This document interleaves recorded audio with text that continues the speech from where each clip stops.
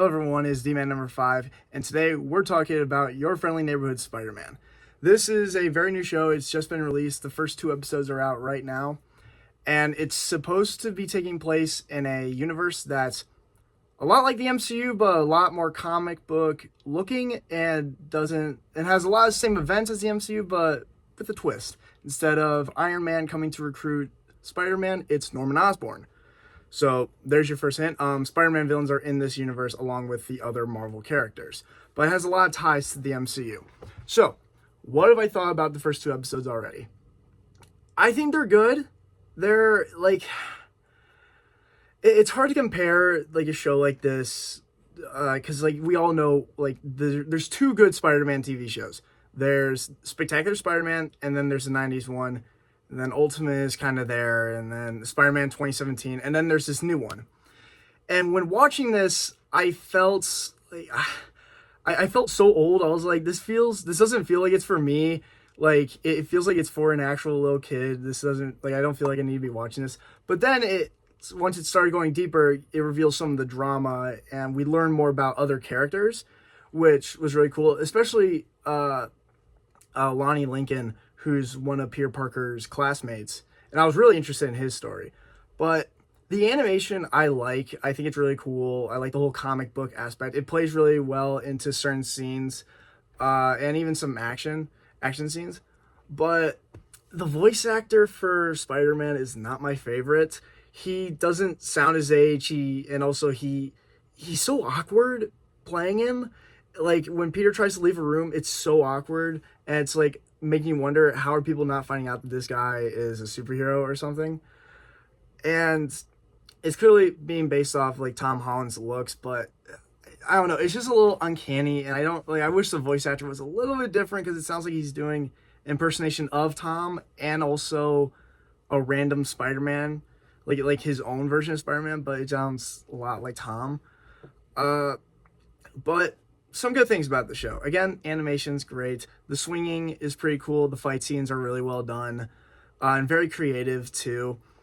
The characters all look really cool. I love that we're getting Norman Osborn finally in some form of animation, and he's really cool. Nico Minoru's in it, who's from The Runaways. She's one of Peter's friends. I think she'll get her powers later in this season. Aunt May's in it, and we get a mention of Uncle Ben. Finally. So this version of Peter Parker had his Uncle Ben moment, but it doesn't seem like he's doing the whole "with great power comes great responsibility," which is Peter Parker's angst.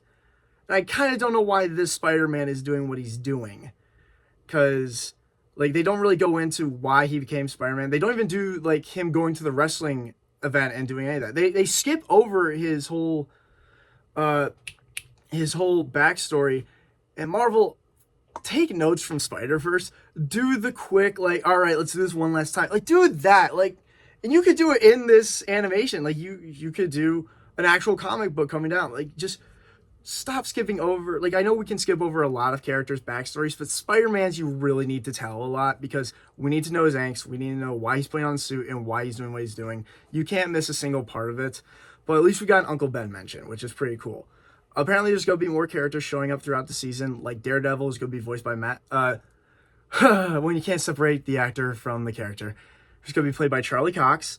Doctor Strange has already appeared, and it looks like the creature that he fights in the first episode is supposed to be Venom. I don't think so. Just a monster, I guess. We're going to be getting Spider-Man's villains like Shocker, Doc Ock, and possibly the Green Goblin, since Norman Osborn's in it. But the first 2 episodes felt very it felt like the first episode of X-Men 97, except there wasn't really that much good drama to it. Like, it felt like just a regular Saturday morning episode where nothing really was going to something until Lonnie's backstory got until you find out more about Lonnie Lincoln. Everything else is cool. Everything is like more interesting, but until then, it's like it's just a little boring. It's a little boring. I won't lie. But I like the intro. I like that's a remix, and it's using the original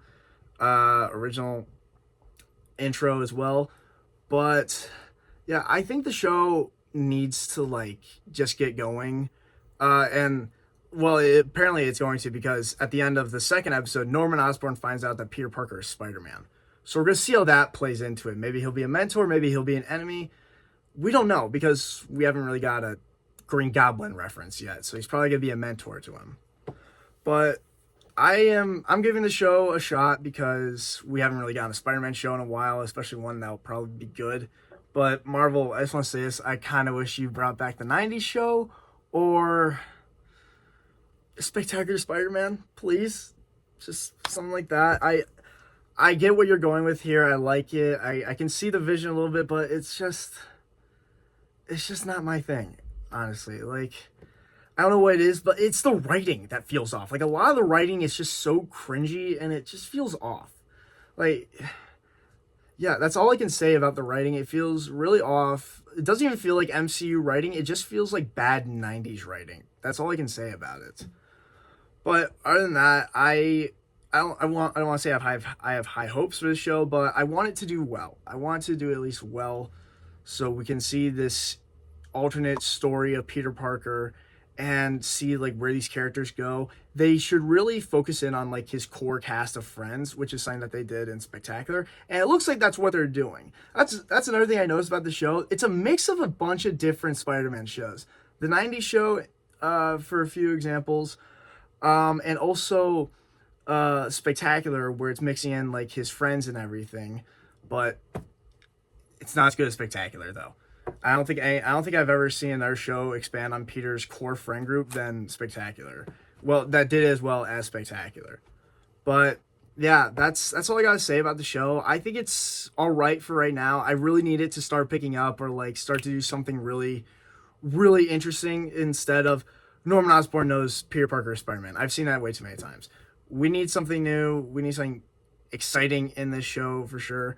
Also, his suit in these episodes is not my favorite. It's too baggy. I get they're trying to make it look almost realistic, but you could have just done like the one he had in Homecoming, where it's the hoodie and the goggles and everything. That would have been fine, but they're clearly being like, no, we don't want people to think this is too much. Like, this is connected into the MCU as much, but I'm just not a fan of it. It's too baggy in my opinion. But I can't wait to see what they have coming next to this show. I really want to do well. That's all I got for you guys today. Sorry this took a while to get uploaded. I'm still dealing with college. But I'll keep an eye out for more episodes. And we got Invincible coming next week. But yeah, don't forget to like, comment, subscribe, and share. Check out the GoFundMe that we're doing for a animated project that I'm working on. Leave in the description. I'll see you on the next one. Bye.